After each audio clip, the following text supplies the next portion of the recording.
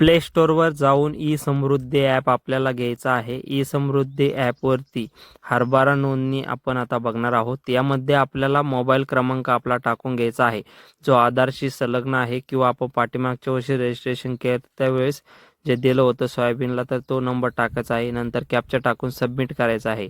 त्यानंतर OTP येईल आणि जर अनेक आपण नंबर त्यामध्ये केलेला असेल तर आपला आधार नंबर टाकून OTP घ्यायचा आहे. OTP त्या ठिकाणी या रकान्यामध्ये आपल्याला टाकायचा आहे, जेणेकरून आपल्याला पुढचं पेज त्या ठिकाणी ओपन होणार आहे. ओपन झाल्यानंतर आपल्याला अशा प्रकारचा इंटरफेस होईल. त्यामध्ये आपण नोंदणी म्हणून नवीन असाल तर नोंदणी करू शकता आणि जुने असाल तर नोंदणी करण्याची काही गरज नाही. बँकेचा तपशीलसुद्धा देण्याची गरज नाही. त्यामध्ये आपल्याला आधार सेडिंग पैसे येत असतात. त्यामुळे आपल्याला बँकेचा तपशीलसुद्धा द्यायची गरज नाही.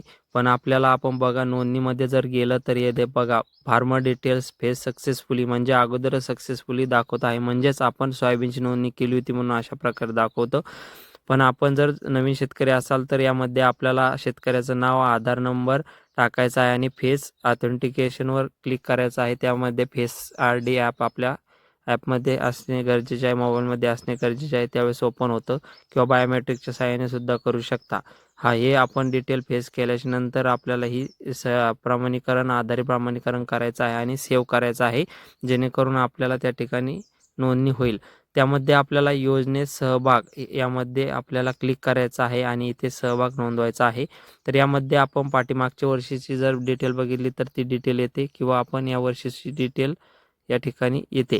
मग यामध्ये आपल्याला चना कोणता घ्यायचा तर PSS चना प्रोक्युरमेंट रब्बी 2026 जे ऑप्शन दाखवतो खालचं, तर ते आपल्याला ऑप्शन क्लिक करायचं आहे. म्हणजेच आपल्याला रब्बी चना जो आहे तर तो क्लिक होईल आणि आपण बघू शकता वर्ष 2026 रब्बी आणि बेंगल ग्राम चना हे दाखवतं. तर आपल्याला त्या ठिकाणी सक्रिय करण्या अगोदर आपल्याला सबमिट करायचं आहे. त्यामध्ये आपल्याला अशा प्रकारे सक्रियवर गेलं की नंतर आपल्याला जिल्हा निवडायचा आहे, तालुका निवडून घ्यायचा आहे. त्यानंतर आपल्याला गाव निवडून घ्यायचं आहे. गाव निवडल्याच्या नंतर आपला गट क्रमांक जो आहे, सर्वे क्रमांक आपण त्याला म्हणतो, तर तो टाकून घ्यायचा आहे. त्याचबरोबर आपला जो एकूण जमिनीचा दाखला आपण त्याला 8 म्हणतो, तर त्याला आपल्याला 8 टाकायचा आहे आणि पुढे आपल्याला क्लिक करायचं आहे. क्लिक केल्यानंतर आपला पूर्ण डेटा येणार आहे.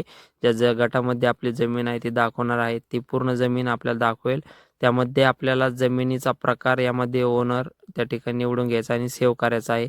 या ठिकाणी आपल्याला पूर्ण माहिती दाखवेल. वर आपल्याला 7/12 अपलोड करायचा आहे. यामध्ये महाराष्ट्रासमोर जे टिकमार आहे त्याला क्लिक करायचं आणि केंद्र यामध्ये आपल्याला दाखवेल. ते केंद्र आपल्याला या ठिकाणी जे जवळ केंद्र आहे ते निवडून आपल्याला त्या ठिकाणी निवड करायची आहे, जेणेकरून आपल्याला तिथे माल आपला हरभऱ्याचा घेऊन जायचा आहे खरेदीसाठी. ज्यावेळेस आपल्याला SMS येईल त्यावेळेस त्यानंतर आपलं जे वास्तविक पेरणी क्षेत्र जर पूर्ण असेल तर ते ऑटोमॅटिक येईल आणि आपलं क्षेत्र जर थोडंच असेल किंवा आपण 3 एकर क्षेत्र असेल आणि आपला 1 एकर हरभरा असेल तर 1 एकर हरभऱ्याचा आपल्याला त्या ठिकाणी पेऱ्यानुसार आपल्या 7/12 बघून त्या ठिकाणी या ठिकाणी टाकून घ्यायचं आहे. त्यानंतर आपल्याला जर दुसरी गटामध्ये जमीन असेल तर जमीन तपशील जोडा यावर क्लिक करून पुन्हा अशीच प्रोसेस करायची आहे आपल्याला आणि त्यामध्ये केंद्र निवडून यामध्ये जे सक्रिय करा यावर सक्रिय करायचं आहे.